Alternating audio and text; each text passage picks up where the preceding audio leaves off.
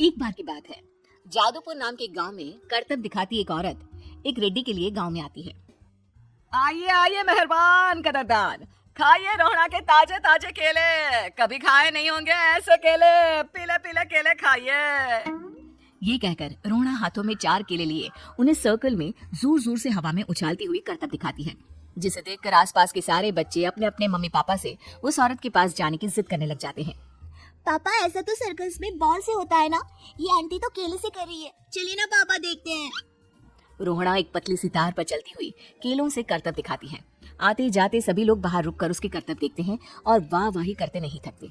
जैसे ही एक आदमी पास आकर उसे पैसे देने लग जाता है, तब वो कहती है, अरे नहीं नहीं साहब, मैं करतब तो बच्चों के मन को बहलाने के लिए करती हूँ, धंधा तो मेरा केले का है।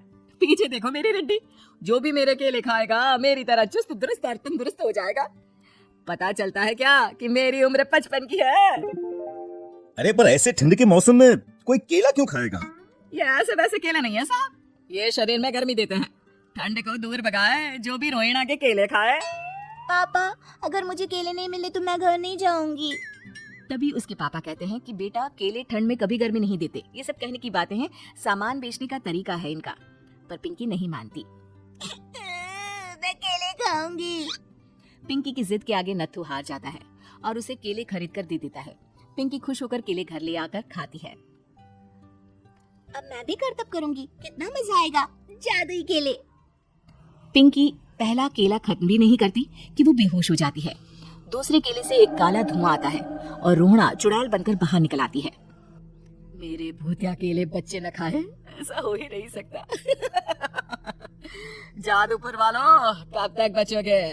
आ गई हूँ मैं रोहड़ा, जिसका कोई नहीं कर सकता सामना। रोहड़ा पिंकी को गोद में उठाकर काले धुएं में कहीं गायब हो जाती है। शाम के वक्त नत्थू घर लौटता है और पिंकी को घर में ना पाकर उसकी माँ से कहता है, माँ पिंकी कहाँ है? अरे बेटा, उसे तो तू सुबह करतब दिखाने ले गया था ना, फिर कहाँ वापस आए तुम दोनों? मुझे लगा तू उसे अपने साथ मंडी ले गया होगा। हे भगवान, मेरी बच्ची कहाँ गई? मैं उसे घर ही तो छोड़कर गया था माँ। नत्थू गांव के घर कोने में अपनी बेटी को ढूंढता है, पर उसे वो कहीं नहीं मिलती। परेशान होकर आके रो रो कर नत्थू हिम्मत हार कर घर लौट आता है। अगली सुबह रोहड़ा फिर से करतब दिखाने आती है और इस बार पिंकी की तरह रोनी केले खरीद लेता है। 50 रुपए दिए थे पापा ने, सारे पैसों की मैंने केले खरीद लिए हैं। अब मैं भी आंटी की तरह ही करतबबाज बन जाऊंगा। यही सोचते हुए रोनी केले खाता है और पहला अकेला केला आधा खत्म भी नहीं करता कि चुड़ैल उसके सामने आ जाती है। मेरे साथ चलने का समय आ गया है रोनी। ये तो बस शुरुआत है। अब इस गांव के सारे बच्चे धीरे धीरे मेरे कब्जे में होंगे, एक बच्चा भी नहीं बचेगा। ये कहकर रोना रोनी को गोद में लेकर काले धुएं में अदृश्य हो जाती है। इसके बाद हर रोज गांव में से कोई ना कोई बच्चा गायब होता, पर ऐसा क्यों हो रहा है किसी को भी समझ में नहीं आ पा रहा था। रोज की तरह अपनी बेटी पिंकी की तलाश में नत्थू गांव के एक तालाब के पास बैठा रो रहा था। कहाँ गई मेरी पिंकी? शकुंतला के जाने के बाद एक वही तो मेरा सहारा थी। अरे उसकी आत्मा कोस रही होगी मुझे कि मैं अपनी बच्ची को संभाल भी नहीं पाया। नत्थू ये कहता हुआ रो ही रहा था कि तभी तालाब में से उसे शकुंतला की आवाज सुनाई देती है। कहाँ थी तुम शकुंतला? हमारी बच्ची और सारे गायब हुए बच्चे रोहड़ा के कब्जे में हैं। वो बच्चों को जो केले देती है उससे बच्चे बेहोश हो जाते हैं और उसके कब्जे में आ जाते हैं और वो उन्हें ले जाकर काली दुनिया में ले जाती है। पर वो ऐसा क्यों कर रही है? ये मैं नहीं जानती, पर उस दुनिया का रास्ता मैं आपको बता सकती हूँ। जहाँ ये नदी खत्म होती है वहाँ एक केले का पेड़ है, उसके नीचे एक दरवाजा है, वहीं से रास्ता जाता है उस दुनिया का। ये कहकर शकुंतला की आत्मा गायब हो जाती है। गांव के सभी लोग झुंड बनाकर उसी रास्ते से काली दुनिया में चले जाते हैं और वहाँ देखते हैं कि सारे बच्चे वहाँ काम कर रहे थे। पापा मुझे ले चलो यहाँ से। पापा पापा। सभी बच्चे अपने मम्मी पापा से लिपट जाते हैं। तो तुम लोग यहाँ तक आ गए? क्यों हमारे बच्चों को पकड़ लिया तूने? तुझे शिकार ही बनाना है तो ले, हम सब आ गए हैं, हमें खा ले।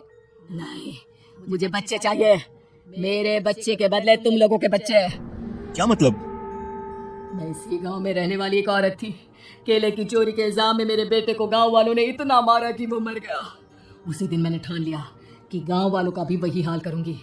कुछ दिन बाद बेटे के चले जाने के दुख में मैं भी मर गई और मेरी भटकती आत्मा एक चुड़ैल बन गई। और फिर मैंने बदला लिया तुम सबके बच्चे छीनकर। बर्दाश्त नहीं कर पाए ना। सोचो मुझ पर क्या बीती होगी। हमें माफ कर दो रोना, पता नहीं है किसकी गलती थी पर हम सभी माफी मांगते हैं। हमारी खुशियां लौटा दो, तुम भी तो एक माँ हो। गांव वालों की बात सुनकर रोना का मन पिघल जाता है और वो बच्चों को छोड़ देती है। उसके बाद काली दुनिया बच्चों के लिए जादुई दुनिया बन जाती है। अब कोई भी कभी भी वहां आ जा सकता था।